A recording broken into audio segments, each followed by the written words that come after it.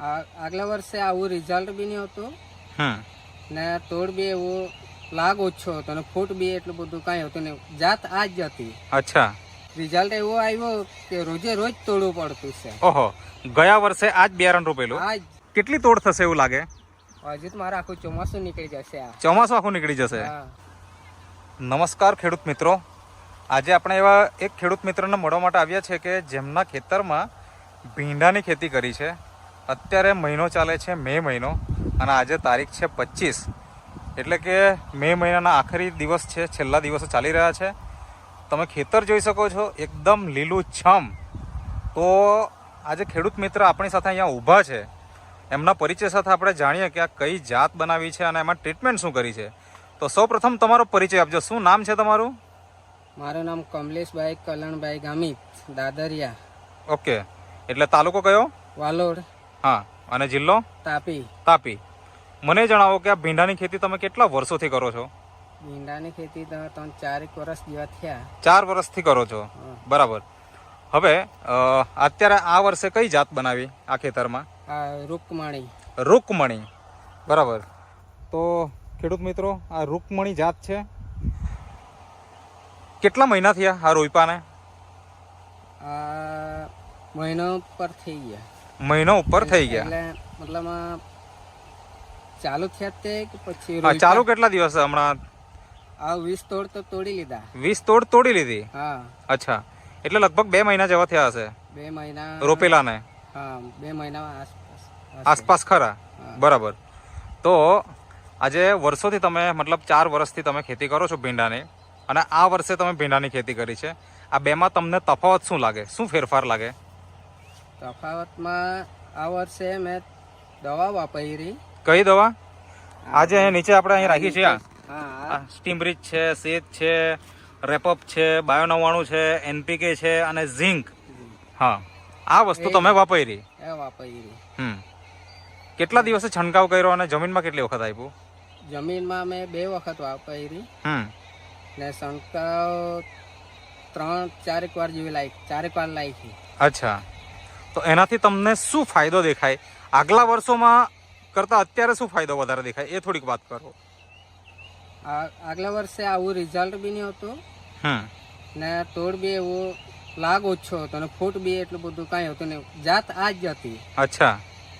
જે આ રૂકમણી છે એ જ આગલા વર્ષે રોપેલી હતી, તો રિઝલ્ટ એટલું નહીં હતું. તો છતાં આ વખતે આ વાપરી તો રિઝલ્ટ એવો આવ્યો કે રોજે રોજ તોડવું પડતું છે. ઓહો, ગયા વર્ષે આ જ બિયારણ રોપેલું? આ જ. કેટલા કિલો રોપેલું ગયા વર્ષે?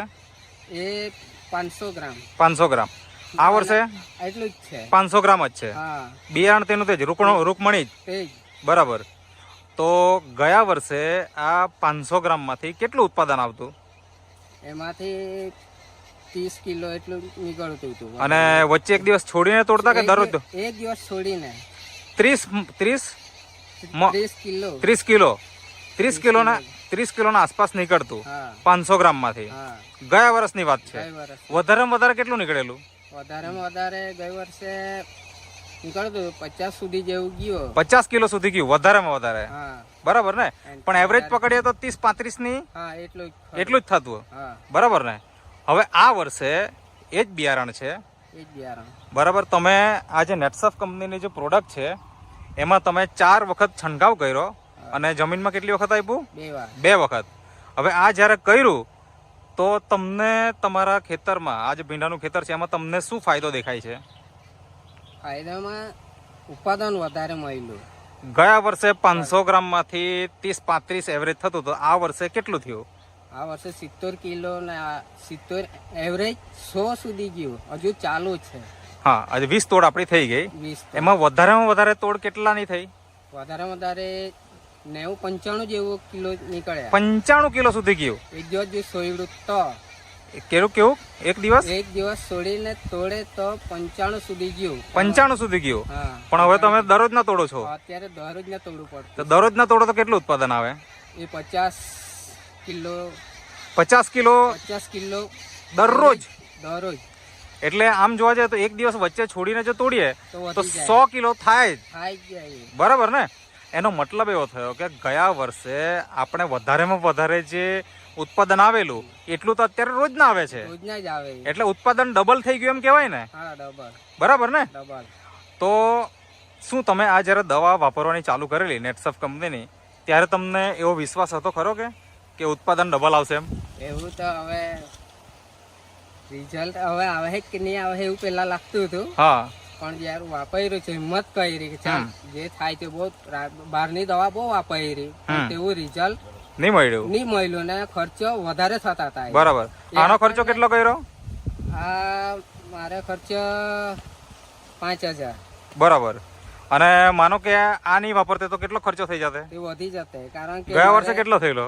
ગયા વર્ષે તો 10,000 ઉપર જેવું થઈ ગયું. બરાબર. કારણ કે દવા રોજે એક દિવસ છોડીને દવા લાવવાની, એક બોટલ લાવવાની, એટલે ખર્ચો બહુ વધારે થઈ જતો. તો આ વર્ષે એવું થયું ખરું કે દર એક દિવસે આતરે તમારે છાંટવું જ પડે એમ? ખર્ચ જ ઘટી ગયા. તો હમણાં તમે મતલબ જંતુનાશક દવા કેટલી વાર છાંટી આમાં? જંતુનાશક દવા 2 વાર જ છાંટી. 2 જ વાર? 2 જ વાર. મતલબ આ 2 મહિના હવે થઈ જવાના અને 2 મહિનાની અંદર ખાલી 2 જ વખત. 2 જ વખત.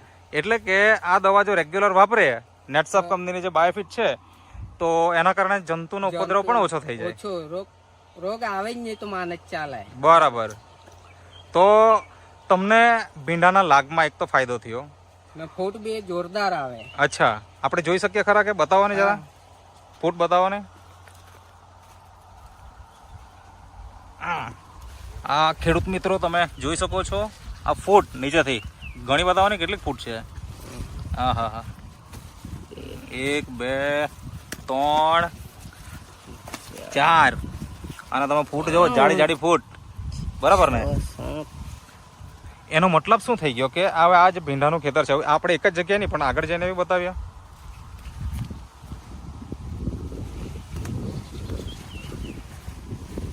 અહીંયા આપણે જોઈએ, જોઈ શકો છો આ ફૂટ નીચેથી જ ફૂટ ચાલુ થઈ ગઈ, નીચેથી એકદમ જબરજસ્ત. બરાબર ને? છોડ એકદમ મજબૂત બને. છોડ મજબૂત. અને ખેતર આમ જોવા જઈએ તો એકદમ લીલુંછમ. મે મહિનો, ભરપૂર ગરમી, અને તેવા વાતાવરણમાં પણ તમે જોઈ શકો છો કે ખેતર એકદમ લીલુંછમ છે. તો બીજા ખેડૂતોને તમારે શું કહેવું છે? આ વાપરવું જોઈએ કે નહીં? આ જ દવા વાપરવી જોઈએ. બરાબર છે. અત્યારે 20 તોડ થઈ ગઈ, હજી કેટલી તોડ થાય? દવા ભૂલી જ જવા જોઈએ. અચ્છા, કેટલી તોડ થશે એવું લાગે? હજુ તો મારે આખું ચોમાસું નીકળી જશે. ચોમાસું આખું નીકળી જશે. ચાલો, પાછો સમય મળશે ને તો પાક્કો બીજો પણ વિડીયો લેશું, જ્યારે છેલ્લે પતવાનો હશે ને ત્યારે. આ ચોમાસું બિંદાસ નીકળી જાય.